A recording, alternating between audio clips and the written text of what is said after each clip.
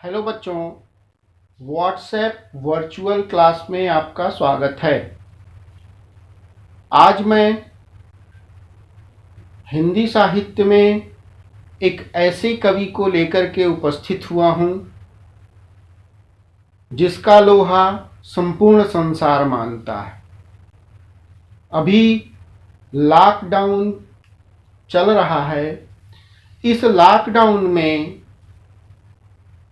दूरदर्शन पर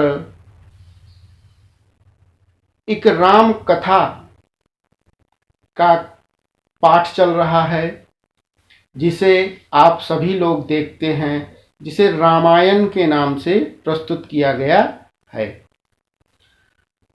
बच्चों, आज उसी रामचरितमानस के लेखक गोस्वामी तुलसीदास के विषय में मैं बताने के लिए प्रस्तुत हुआ हूँ।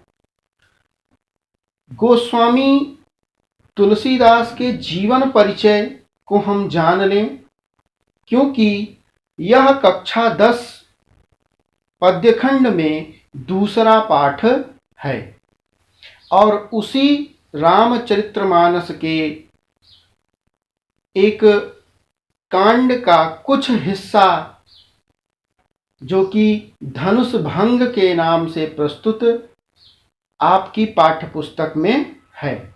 तो चलिए बच्चों, हम सबसे पहले गोस्वामी तुलसीदास के जीवन चरित्र के बारे में जान लेते हैं। सगुण भक्ति शाखा के, राम मार्गीय शाखा के प्रतिनिधि कवि गोस्वामी तुलसीदास का नाम हिंदी साहित्य में बड़े ही आदर और सम्मान के साथ लिया जाता है। गोस्वामी तुलसीदास का जन्म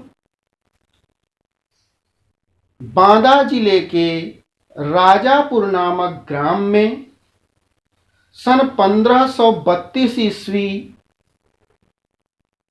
या संबत 1554 ईस्वी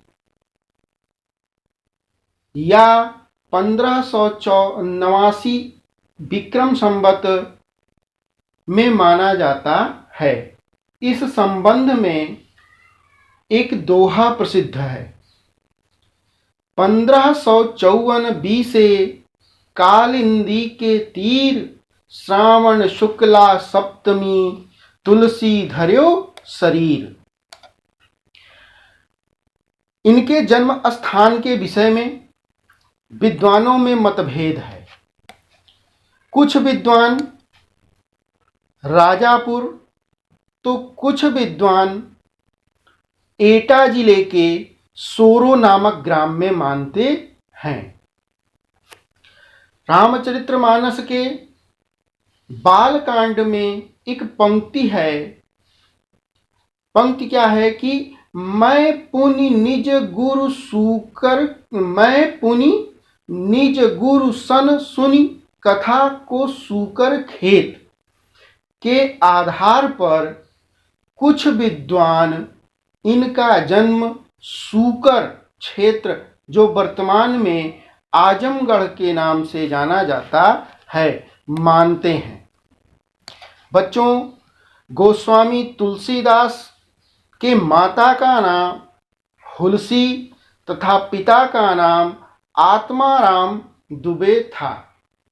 ऐसा माना जाता है कि तुलसीदास का जन्म अभुक्त मूल नक्षत्र में हुआ था, जिस कारण इनके माता पिता ने इन्हें त्याग दिया था। ऐसा भी माना जाता है कि जन्म के तुरंत बाद तुलसीदास ने राम नाम का उच्चारण किया था। चूंकि इनके माता पिता ने इन्हें त्याग दिया, तो यह अनाथ बालक का लालन पालन या पालन पोषण प्रसिद्ध संत बाबा नरहरि दास ने किया और इन्हें दीक्षा भी दिया। तुलसीदास का विवाह दीनबंधु पाठक की सुकन्या एवं विदुषी रत्नावली से 13 वर्ष की अवस्था में हुआ। यह अपनी रूपवती पत्नी से अत्यधिक प्रेम करते थे। एक बार पत्नी द्वारा बिना बताए मायके चले जाने पर अर्धरात्रि में आंधी तूफान का सामना करते हुए अपनी ससुराल पहुंचे। इस पर पत्नी ने भर्त्सना की, जिस संबंध में यह दोहा प्रसिद्ध है। क्या है वह दोहा? कि लाज न यावत आप कौ, दौरे आयहु साथ, धिक धिक ऐसे प्रेम को, कहाँ कहूँ मैं नाथ। अस्ति चर्ममय देह मम, तामे ऐसी प्रीति, होती जो श्री राम मह, होत न तो भयभीत। पत्नी के मर्मभेदी उपदेश से उनके हृदय तल में गुरु द्वारा बोए हुए आध्यात्मिक संस्कार के अंकुर प्रस्फुटित हुए और संसार की ओर से विमुख होकर राम भक्ति साधना में अनन्य भाव से लीन हो गए और संपूर्ण राम संसार में राम भक्त कवि के रूप में विद्यमान हुए। बच्चों, इनके विषय में ऐसा माना जाता है कि गृहस्थ जीवन से विरक्त होकर गोस्वामी तुलसीदास काशी चले गए और काशी के आचार्य शेष सनातन से 15 वर्षों तक वेद वेदांग की शिक्षा प्राप्त की। इसके बाद अनेक स्थानों पर जैसे अयोध्या, चित्रकूट, काशी आदि स्थानों पर भ्रमण करते हुए तुलसीदास ने राम के शील, शक्ति, सौंदर्य से संबंधित रूप की अवधारणा की। तुलसीदास एक सिद्ध कवि थे जो देश और काल की सीमाओं को लांघ चुके थे। मानव प्रकृति में जितने रूपों का हृदयग्राही वर्णन इन्होंने अपने काव्य में किया है, वह अन्यत्र कहीं नहीं मिलता। तुलसीदास ने रामचरितमानस महाकाव्य अवधी भाषा में विक्रम संवत 1631 में आरंभ कर 2 वर्ष 7 माह 26 दिन में पूरा किया, जो कि मानव संस्कृति का अमर काव्य है कि गोस्वामी तुलसीदास की मृत्यु विक्रम संवत 1680 ईस्वी में वाराणसी के असी घाट पर हुई। इस संबंध में एक दोहा प्रसिद्ध है। संवत 1680 असी गंग के तीर, श्रावण शुक्ला सप्तमी, तुलसी तज्यो शरीर।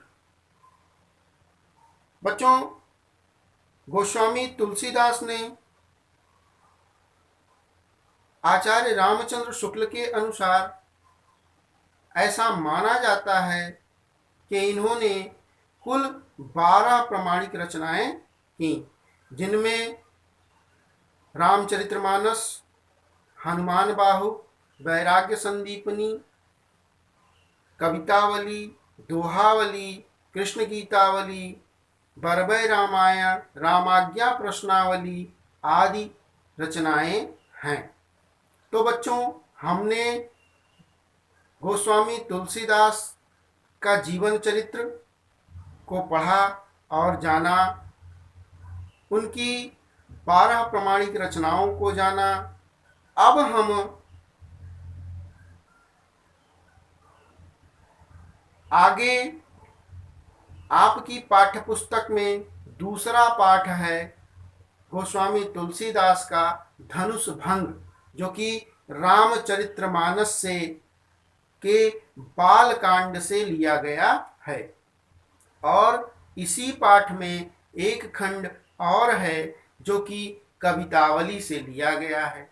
तो बच्चों, हम लोग उसका संदर्भ, प्रसंग और व्याख्या को पढ़ेंगे, जानेंगे, समझेंगे।